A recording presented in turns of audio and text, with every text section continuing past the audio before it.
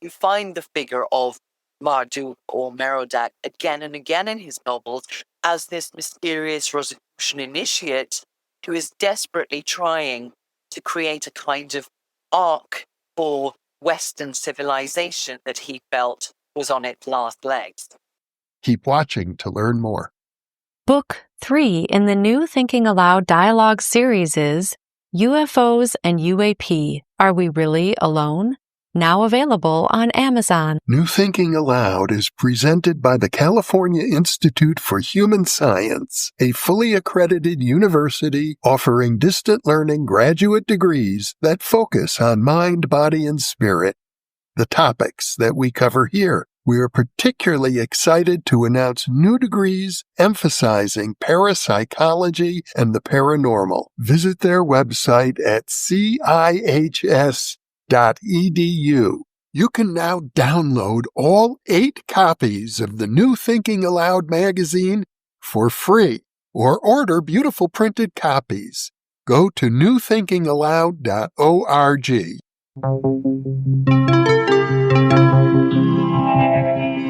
Thinking Aloud. Conversations on the leading edge of knowledge and discovery with psychologist Jeffrey Mishlove.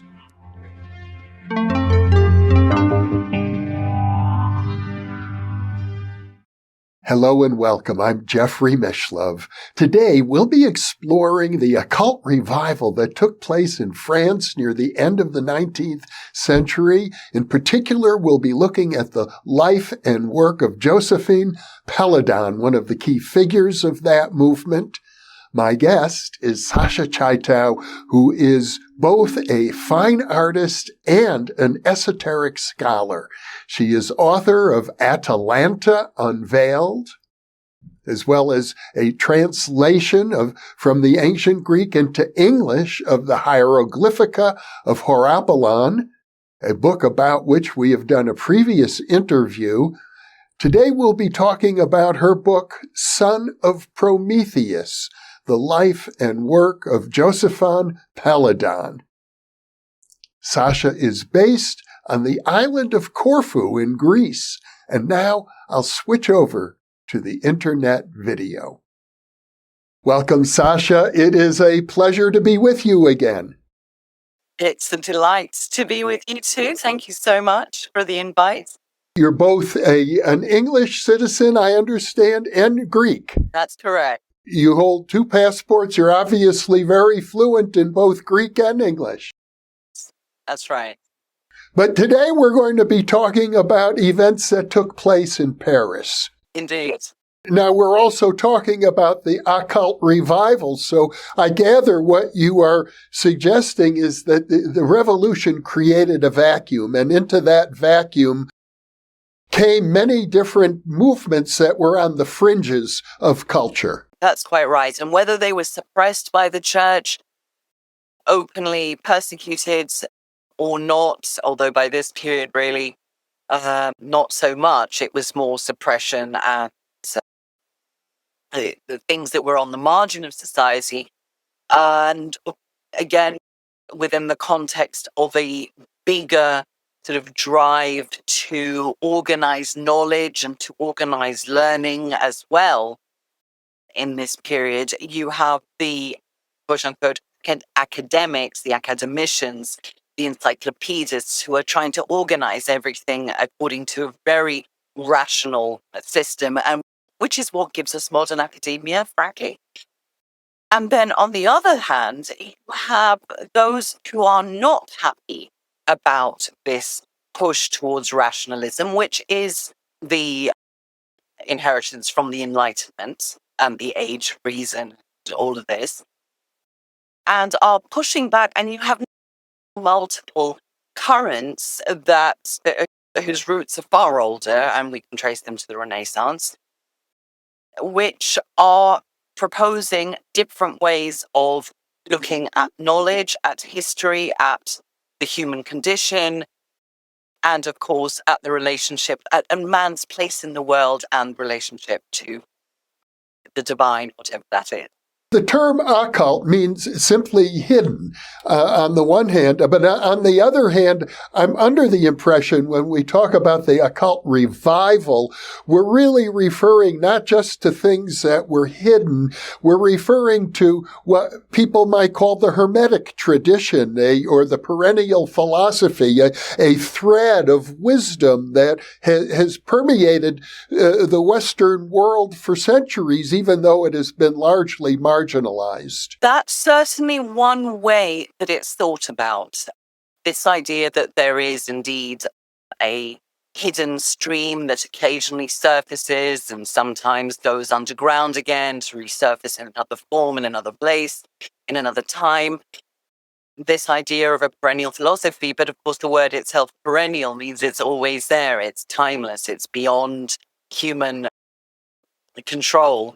And this idea of an ancient wisdom tradition, if we look at this historically, it's quite a bit more complicated in the sense that this is the way that ancient, really, ideas or our understanding of them is reached for and reinterpreted every time we need to, we have a sense, and when I say we, I mean as a culture, as a society, and in any given period, to recreate meaning and to find meaning again. It means that the old patterns have stopped working or have crumbled or have broken for some reason. And it's in these times that we see time and again various cultures or various schools of thought reaching for the older wisdom ideas. So historically, there isn't a through line in some ways, but the through line is our tendency to reach for these things. And of course, we'll find them because they've been sitting there. And this is what happened in the Renaissance when, with the discovery of the Hermetic text, there was this sense that this grand discovery of an ancient wisdom tradition, and then its reinterpretation and fusion with a whole bunch of other traditions turned into what we today call the Western mystery tradition. Because in actual fact, there was no such thing until the Renaissance.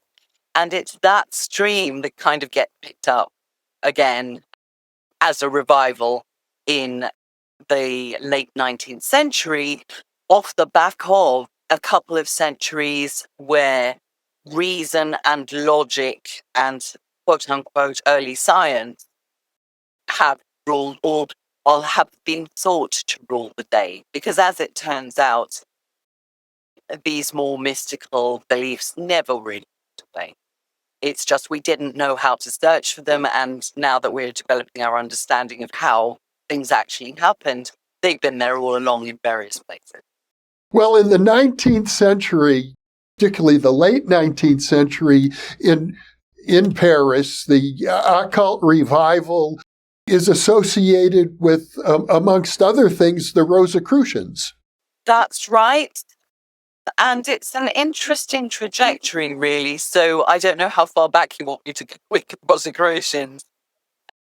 But it's a movement that begins in the 17th century in Germany in a Protestant context. And again, this is somewhere where we have a cultural vacuum. Again, we're in a situation where we've had the Lutheran break with the Catholic Church, we've had the Catholic Reformation, we've had the Lutheran Reformation, but not everybody is happy, and Europe has basically been convulsing with religious warfare for decades, if not centuries.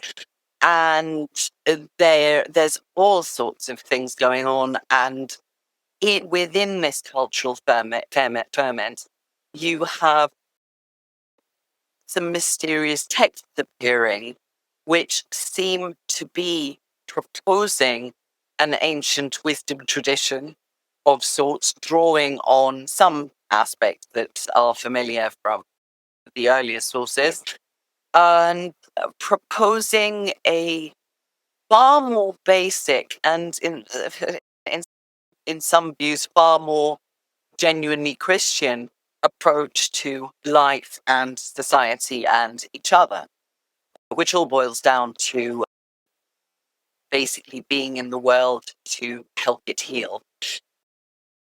But that's one aspect of it, one of many aspects of it, but also an idea of self-betterment. And it very quickly becomes fused with alchemy, which also takes on a spiritual dimension. And this turns into, this idea ignites a sequence um, of events. It inspires the creation of secret fraternities, secret brotherhoods, groups where there is practical alchemical work, there is also spiritual work. And they become more and more organized and more structured, some more secret than others, some more hidden than others. They spread across Europe. And by the 19th century, we find one of its many branches and a quite loose group, not structured as much, of people who really try to follow the Rosicrucian ideals, which are to essentially to do good quietly and to offer healing also quietly and, or of course, not for personal gain.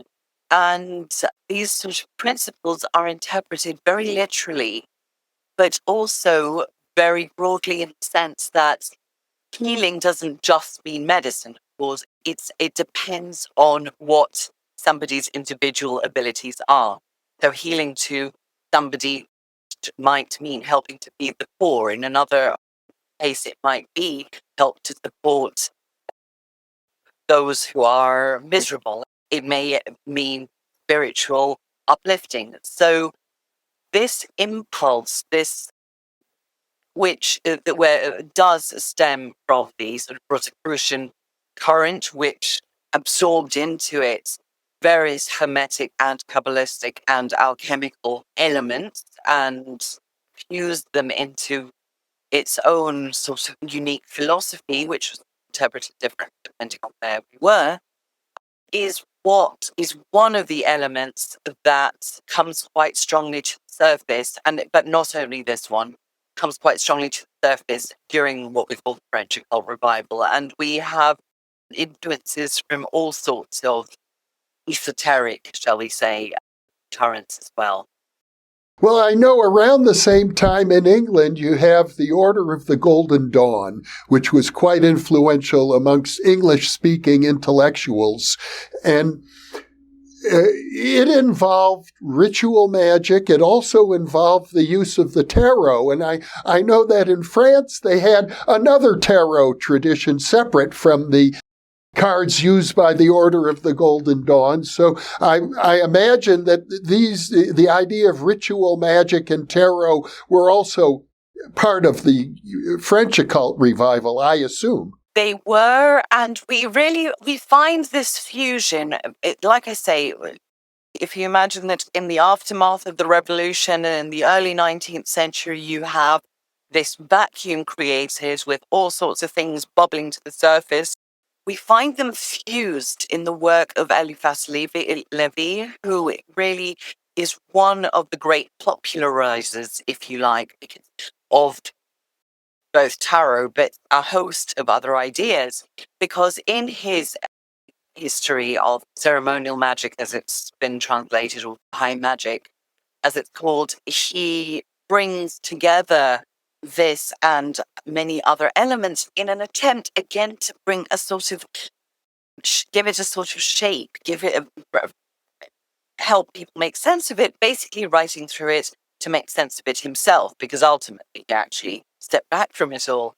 And this is one of his publications were one of many elements that created this impetus, although it's a mistake really to just point at Libby, because there were many thinkers throughout the 18th, 19th centuries who were adding their little contributions to this mix. So certainly, yes, tarot was part of it, but certainly various attempts to reinterpret and to democratize, to make accessible, rather than the sort of top-down approach of church. You get told what to believe and you get told what to do.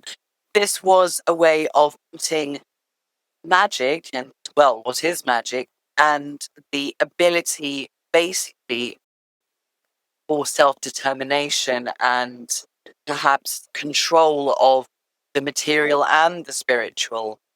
So Eliphas Levi, can you tell me the dates in which he lived?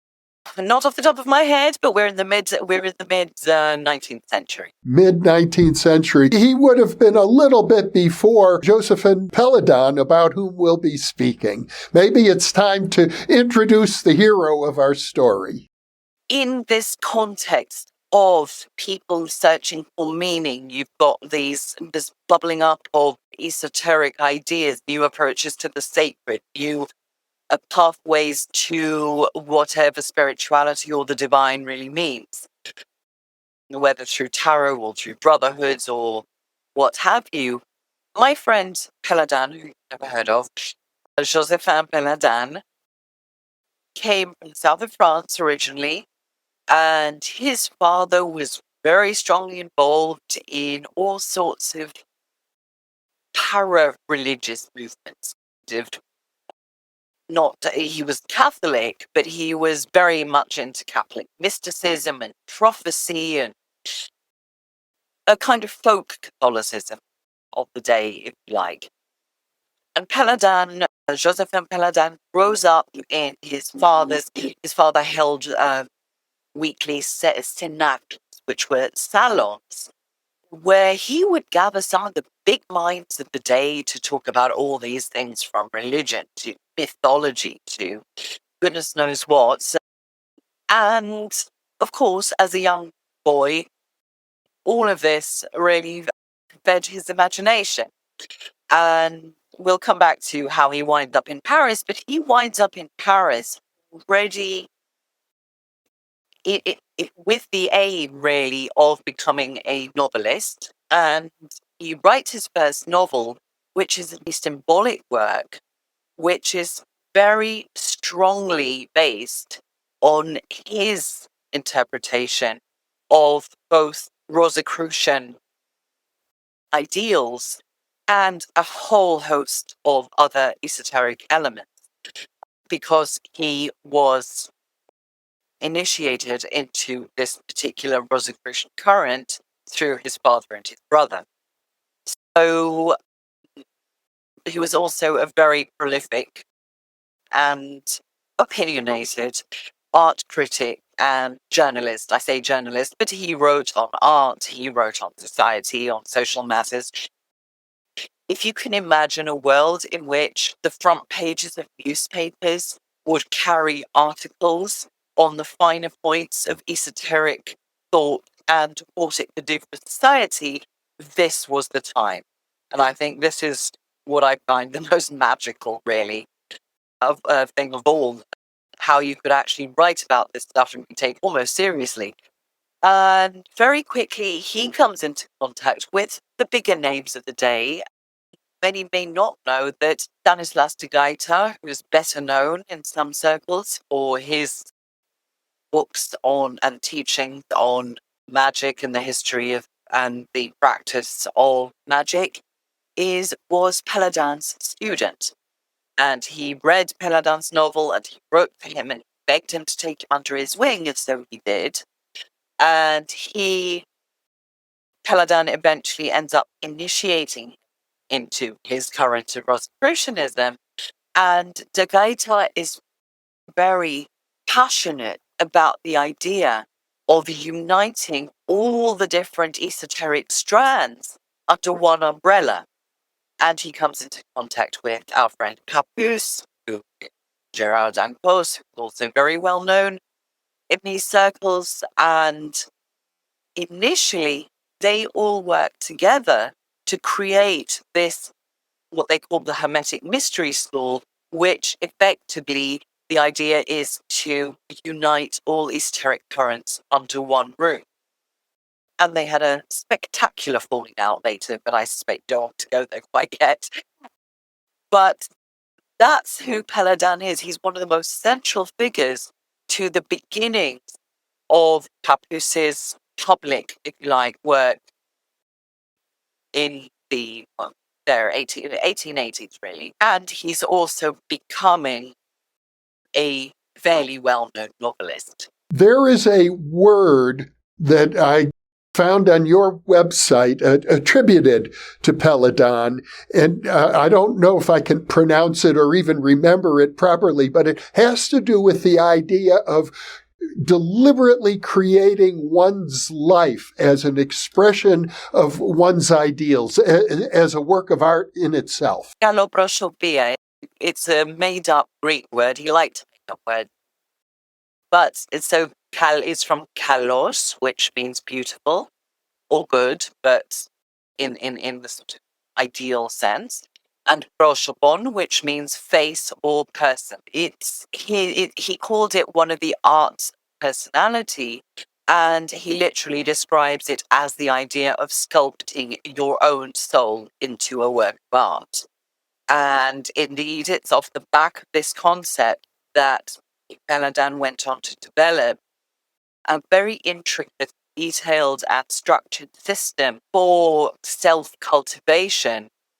And I tend to call it self-initiation. It is self-initiation in my translations and in my writing about him, because the ultimate aim is to clear off whatever sort of illusion everyday life has encrusted us with, and developing a form of self-awareness, and which the ultimate goal really is to realize the true potential of the human spirit, and from there to aim for a reunification with the divine. And it begins with this ideal of sculpting oneself as a work of art and making one's life with the same mindfulness and deliberate intentionality that one would apply if indeed creating a work of art.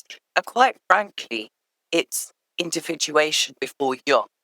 To put the best face on it, I think it's a wonderful ideal, but I gather, to jump ahead to near the end of the story, Péladan himself, near the end of his life, felt that he had failed because he allowed his ego to take over instead of, I suppose you could say, the higher self. Unfortunately, that seems to have been the case. He was, I would say, tremendously gifted, far more coherent than many have given him credit for. He's come up with a system that really is a path to self-betterment that one can use in many different ways to tackle life, quite honestly. But he was so opinionated and so loud, and I suppose eccentric is the word, that he seems to have coded it wrong in his public presentation, and he fell out with a lot of the wrong people. He was one of the great influencers of his day, and he was, quite literally, he was broadcasting on all possible channels, in the periodical press, in the daily newspapers, through books, through lectures, through art exhibitions that he organized, you name it. But he also fell out with the bigger, more diplomatic and better connected influences of his day, some of whom basically appropriated a lot of better ideas and repackaged it to make it more easy to sell. He was basically the victim of a smear campaign during his lifetime, and by the time he died quite young, aged 60, he indeed felt that he had, the whole effort had failed, and that it had been because he had been too headstrong, had been too opinionated, had gone about it the wrong way. And that ultimately this was down to getting too carried away, maybe ego, as you say. He also strikes me as maybe an early forerunner of perhaps the hippies, because he had this big bushy beard and a big head of hair, and I gather that he would sometimes appear in public wearing robes like an oriental sage of some sort, and he even referred to himself using the nomenclature of the Sumerian god Marduk. Indeed, he resembles what I guess would be more familiar as a 60s flower child. But in fact, his whole kind of reasoning for that was based on some pretty intense discipline. So I'm not sure if it actually lines up to what you're seeing with the beard and the hair and the robes, and indeed what we would call an initiatory name. Sar Merodach was the name himself. Merodach indeed being an interpretation of Marduk. This was his performed, lived, very genuine in his book effort to show what a radical application of this idea of Kaloprosopia could be. So it's not that he believed he was channeling the god Marduk, it's that he believed that by emulating, by making himself look like a Mesopotamian deity or king or what have you, and wearing royal purple robes. I didn't have anything royal purple, or I'd be wearing purple today just as honor. He believed that this would be the way to invite that energy, if you like, into his life, and thereby to help him demonstrate what he was about. And this became his alter ego in his novels as well, because he did draw on a good deal of autobiographical, or he allegorized things that were really happening. And you find the figure of Marduk or Merodach again and again in his novels as this mysterious Rosicrucian initiate who is desperately trying to create a kind of arc for Western civilization that he felt was on its last legs. Is it fair for me to say that he used his life as a kind of symbol in the tradition of the symbolist movement? Highly, and it was he who gave impetus. The symbolist movement had begun some decades earlier, but it was Péladan who really gave it a shove through organizing several very high-profile exhibitions, and these actually had an international impact. So it is absolutely fair to say that. I understand that the word Salon is attached to these big exhibitions that he did. And I recall in one of your lectures, you said that 10,000 people would show up. And then earlier you mentioned his father held salons. And I assume those were much smaller, like maybe a salon in one's own home where you might have a dozen or two people. The Salon tradition in France especially goes back several centuries, and initially they could mean these gatherings of intellectuals and of poets and artists as well, and they were often held by well-to-do ladies or noble ladies, but they could equally gravitate towards a particular intellectual figure. And these were spaces where there was a good deal more freedom to discuss what could be dangerous or controversial ideas.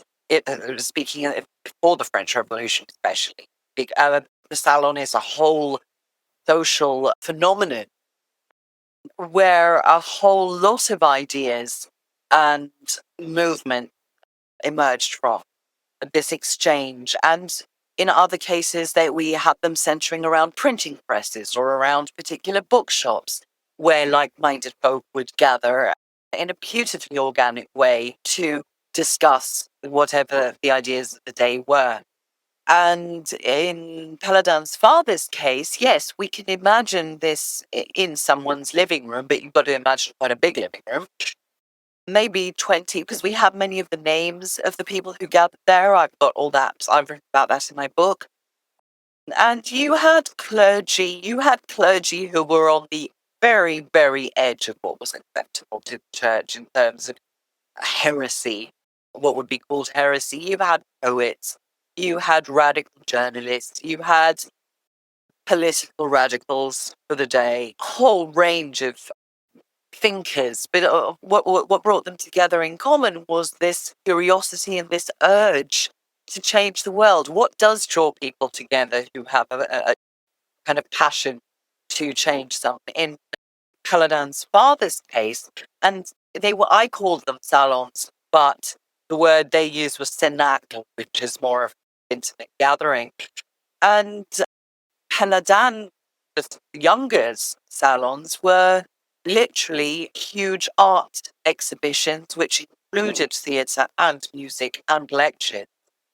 And this, he gets basically the idea from Wagner and the idea of a Gesamtkunstwerk, which is all of the art together in one great celebration and flowering of the art, but not simply for the sake of art. In Péladan's case, these salons, with he had an intention with these salons, and this is after he's split away from the other characters, Papus and de Guaita, and Péladan's whole aim is to bombard the world with with symbolic art, holding hidden messages, if you like, which are intended to spark an unintentional awakening in the unsuspecting viewers.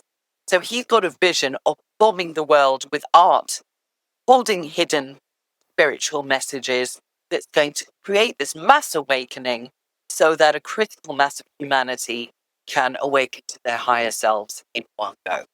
That was the point of Salons. And he does this through gathering dozens of artists prepared to work in the way he's asking them to, and by theatrical plays in which both actors and audience are symbols.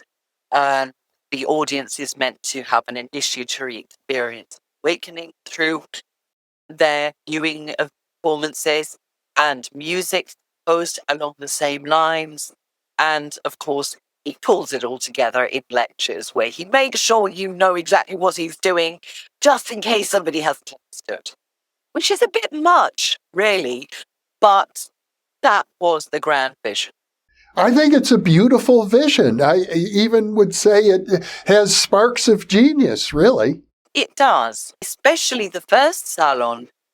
I think it was something like the Paris shut down the gendarmerie, the French police. They didn't know what to do. Like tens of thousands of people were flocking to see what on earth these weird posters they've been seeing around for weeks were calling them to go see. And it was the first of the salons where you've got Péladan. It's incredible. You've got Péladan in his purple robes and big hair, sort of solemnly intoning, "Artist, you are a mage," which can come across today as laughable. But if we consider what he was really trying to do, I've always had a tenderness for the earnestness with which all of this was arranged, because it certainly wasn't for money. He never made a penny of it. He was always very poor, actually.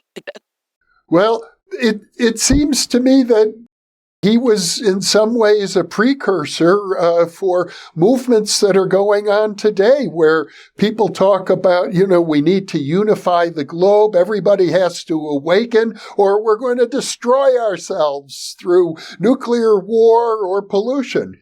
Now, that's interesting, because I think there are some considerable differences. Péladan had a huge respect for other religions. He refused to accept that, for example, Hinduism or Buddhism or Judaism, although there he had a little bit of an issue with the non-acceptance of Christ, but he still acknowledged Judaism as a powerful belief system. He felt they were all equal, and he felt there should be a sort of world council of religions where all had equal standing. And he didn't think that his approach was necessarily better. In fact, he thought Hinduism had it best and was truest to its roots, which is historically, I think, true. He felt what he was doing was exclusively for French society. And the interesting thing about Péladan's message was that it was not a collectivist movement. Péladan was not in favor. In fact, his whole system is designed around the individual. And he makes it very clear that it's not about destroying the planet in his day anyway, although he does touch that, does touch the violation of nature, among many other things. He absolutely rails against French colonialism. He hates Napoleon, he calls him a butcher. It decries the pillage of Egyptian antiquities and Greek antiquities. His actual message is a very individual one for him, and it makes sense in a way. We can't really group together to fix anything, even in a small group, if we're not absolutely clear with ourselves first. It's the truism that we have these days, which is you can't look after anybody else until you look after yourself. You can't be truly kind to anybody else until you're kind to yourself. Otherwise, you don't actually know what it means. That's a simplification, but that's actually what Péladan was saying. And so his aim was, if enough people get it and sort themselves out and then come together as couples, because the next stage for him, humanity, absolutely had to be equally awakened, if you like, couples merging. No human could be complete until they had merged with their soulmate. And he draws this from all sorts of myths and all sorts of older traditions. Only then could we see a flowering, but everyone had to do it for themselves. And he also felt that it was far more likely to be effective if each individual did it for themselves and then in their respective coupling or partnerships, as it were, aiming to fulfill their own true potential, and the rest take care of itself. So the collective side of things would happen by default once you had enough individuals going in the same direction. I seem to recall that at one point you mentioned in one of your talks that he believed Western civilization was nearing the end. We've been hearing that for ages, haven't we? He did, but he felt Péladan is flourishing on the cusp of modernism. Now, what does modernism really mean? It's this crossing from the sacred being in the world to the sacred being becoming private. So from a society where religion and, when we hear the word religion, it may jar these days because of how we interpret it, but it's a move from something that is shared, and it's a shared set of codes, if you like, within a culture, to something that is pushed to the sidelines almost in shame and hidden away.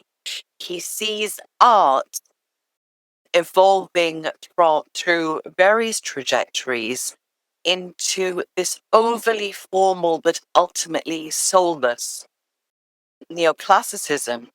And I've got a particular bugbear with neoclassicism as well, but that's because of the way that it reinterprets ancient themes and presents something that's very sterilized, very not really accurate or true to what it's trying to depict. So it takes selective elements of, say, Greek myth to try to present a kind of prettified version that serves the principles of the day.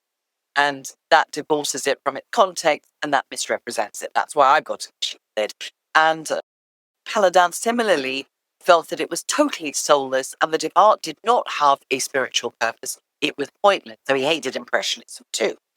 So he sees spirituality and the human potential basically dissipating.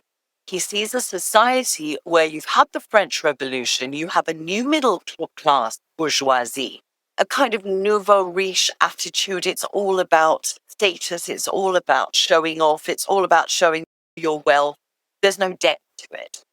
He sees women, he's been misunderstood on his views on women, but essentially he sees women trapped in these social roles where they can't pursue any kind of potential at all because they're too busy going to these dinners and married off before they're 18 and to some rich guy and being told what to do their whole lives. He sees this as a tragic loss of human potential. So he sees every side, every aspect of society politically. He believes in hierarchy and the monarchy. That's gone. And in its place, we have Napoleon the Butcher, who's busy destroying other civilizations. So it's all those elements together that he reads as a darkening of Western civilization and Western glory, which he reinterprets himself as through the lens of the ancient civilizations, where the arts, he says, are the highest kind of ideal.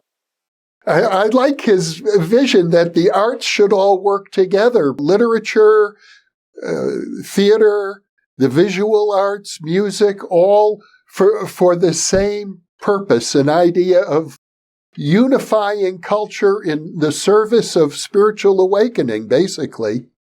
Indeed. And as I say, in this gap left by doing away with the official church in France, you've got all these attempts at creating something to take its place. Like I said, the temple of logic and so forth. With Péladan, it's the temple of the arts. He actually says, if the church collapses, we will build the temple of beauty, and we will always have composers and the great artists, in his view, and so on. And he fervently believes that this is the way to preserve civilization. And he also points to the ancient monuments as proof that this is what stands the test of time. And then he also interprets the symbolism or produces his own symbolic interpretations of ancient monuments and statues and what have you. And there's one of his books, he's actually gone cut civilization by civilization, the Egyptians, the Chaldeans, the Greeks, the Assyrians. And he actually provides these examples of how this has stood the test of time and what the symbols mean. Some he's right about, some are the interpretation of his day, and some are his own. Well, it seems to me that he's done something quite unique and brilliant, developing this esoteric system of self-initiation to which you referred earlier. And I gather he had a separate lengthy treatise on this for men, another one for women, another one, as I recall, for artists. And all of this is illustrated, I gather from your lectures, that he created a concordance of his works of fiction and his plays as illustrating particular points in his esoteric system. That seems to me to be a monumental intellectual achievement. It really was, because nobody had actually looked at Péladan's work for decades. The last, I think, thorough work by somebody who actually got him was in the 1950s by two of his students in French. And it was quite a rare set of books when I got hold of it, but starting my PhD on Péladan. And for some reason, what I discovered in everybody writing about Péladan was everybody talked about how crazy he was, how vast and sprawling and nonsensical his works were. And what I discovered in my digging was that nobody had actually read the man. It was almost like this kind of word of mouth smear campaign was still going on 100 years later, whereby everyone was like, oh, he's complicated, he's nonsensical, he's incoherent. And that's the message that stuck. But when I began actually reading his work, I suddenly discovered that it's not just coherent. He's created this whole worldview. Very cleverly, he's created various sets of books. So he wrote over 100 books. He wrote thousands of articles. So he's got these series of 21 novels, where often, not in all of them, but in many of them, you have recurring characters. So this figure Merodach, which is also his alter ego, pops up. Not in all of them, but in most of them. And they're not a series. They're not a series in the sense that the one continues from the other. Each is a story unto itself, and it's heavily allegorical. Now, these just like the art exhibitions, were intended to be read by the unsuspecting reader with spiritual potential, but who's quietly dozing, and they were intended to somehow spark this awakening in the unsuspecting reader. And if that happened, then they might reach for his more esoteric work, which explains more completely exactly what he's been up to in his novel, which is intensely brilliant, very naughty, and I'd say very interesting as a concept. And then he's got his series of esoteric manuals, I call them, or treatises, which are full on his philosophy from step one to becoming a fully realized human being in partnership with one's soulmate and the spiritual continuation of what happens next in terms of one's path to the divine. And he's broadcasting on all the channels he can. He's talking about it. Newspaper articles, he's talking about it in his lectures, he's writing novels for those who are half asleep. He's got the esoteric manuals for those who are totally awake. Artists, he says, artists don't need any of this except to follow his instructions in what they should be creating and for what purpose. And so he put out open calls to artists if they could follow, if they found it resonant and wanted to turn their talents to the service of these ideals. Well, you're a fine artist yourself. Have you personally benefited from studying his manuals for self-initiation? Immensely. But I have not studied them. I can't say that I necessarily applied his esoteric principles to my own life because, I don't know, maybe I didn't feel I needed to. But artistically, I've illustrated various concepts of Péladan's multiple times, and this started back in 2012. I began my Péladan project, I called it then, and I began with just some sketches, and then I elaborated on those, and then I recreated them as oil paintings, and then I recreated those as something else. And then I wanted a break from Péladan, so I took his ideas and applied them in my own symbolic work, but working with symbolic languages that I have more of an affinity with, which, again, stem more from Greek tradition. Greek. And then I went back to him again for another round because we came up to his centenary in 2018. And then for my book, I did one last iteration of those in pen and ink, trying to emulate a more Belle Epoque style, really aiming to show readers what could be done by taking an idea expressed in words and turning it into a picture, and what impact each of those could have. Well, I gather that Péladan himself was not a visual artist, but that he inspired through his exhibitions or salons. He inspired many other visual artists in their work. That's correct. That's correct. Initially, he put out this quite mysterious, quite stern tool in Le Figaro newspaper, calling artists, but with very specific rules. Like, he wasn't going to let you in if you did certain kinds of portraits. Absolutely no depiction of the military. He hates the military with a passion. None of this chocolate boxy stuff either. You have to paint beautiful, and only if they have a symbolic dimension. He puts out this call, and he also knocks on the door of several artists of the day he admired, and not only in France, further afield. So he tried to get the pre-Raphaelites on side as well. So not only French, they came from all over. They came Swiss, German, Belgian. It was a very strong movement that had a huge impact in its day, as I say. And although Péladan ultimately, after 6 rounds, pulled the plug on the whole thing, he was already terribly disillusioned. He'd fallen out with a lot of friends. He was losing money left and right. But this idea of uniting the arts and bombarding society with beauty it's a beautiful one, even if it's too. You know, his story reminds me somewhat of William Blake in England, who had a deep spiritual vision, but was regarded by his contemporaries as being kind of crazy.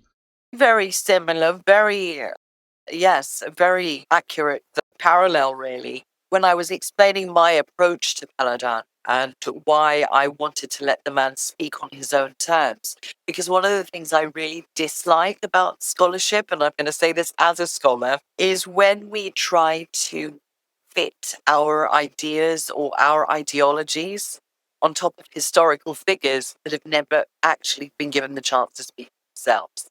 And Blake was one of those until Northrop Frye actually literally says somewhere in his analysis of Blake, giving him space to finally see what he has to say. And I took that as my lead for Péladan. And I said, you know what? I encountered him in a footnote. Every such footnote I've encountered, it's been, oh, Péladan the weirdo. Oh, Péladan the footnote. Oh, Péladan the crazy guy.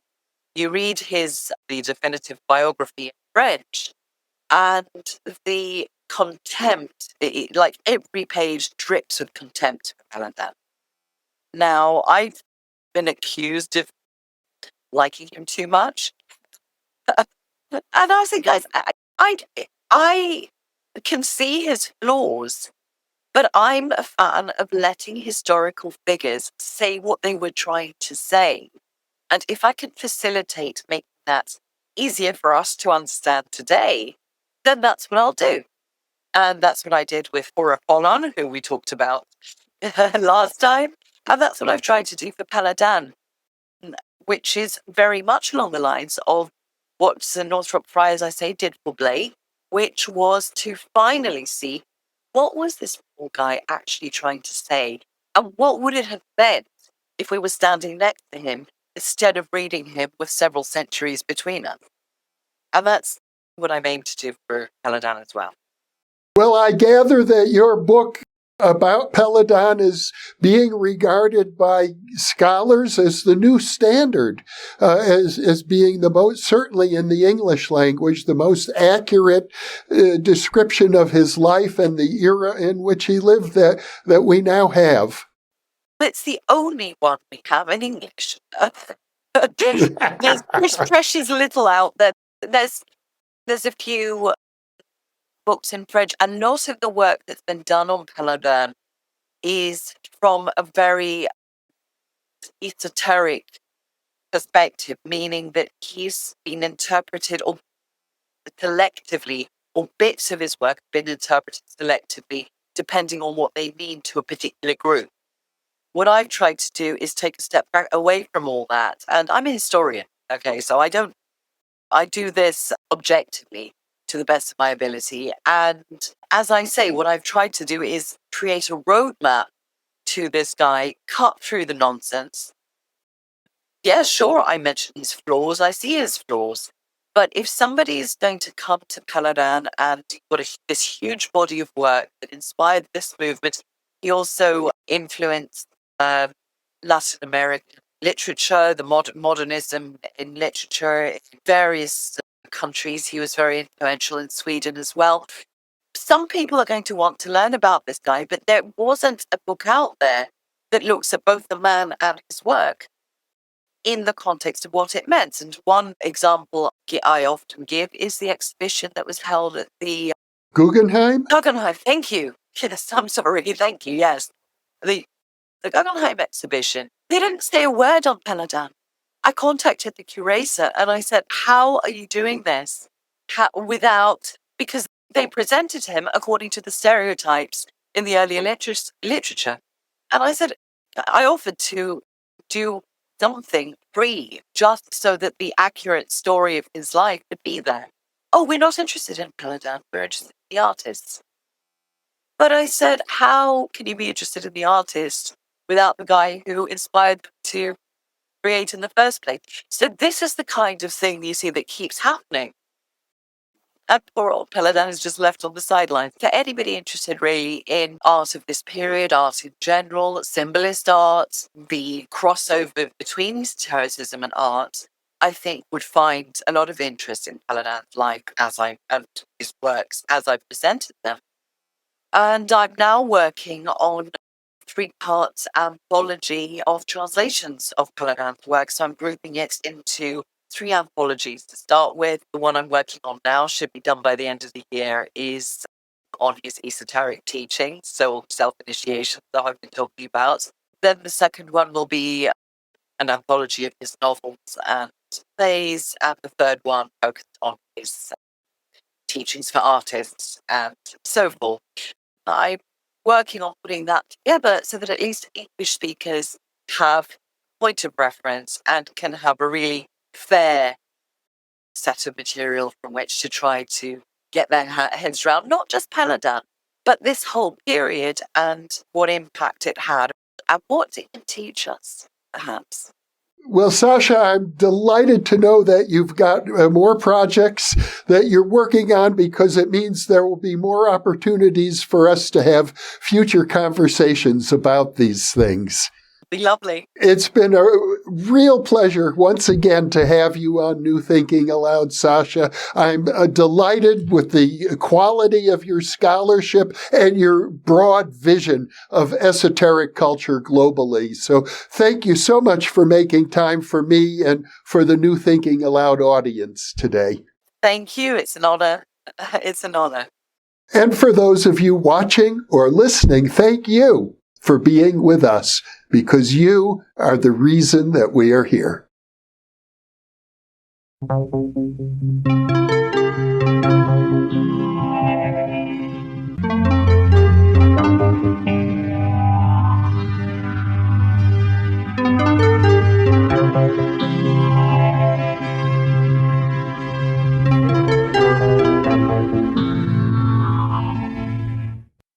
Book 3 in the New Thinking Aloud dialogue series is UFOs and UAP, Are We Really Alone?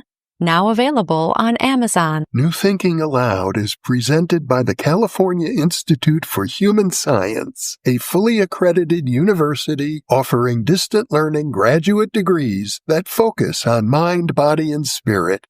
The topics that we cover here. We are particularly excited to announce new degrees emphasizing parapsychology and the paranormal. Visit their website at cihs.edu.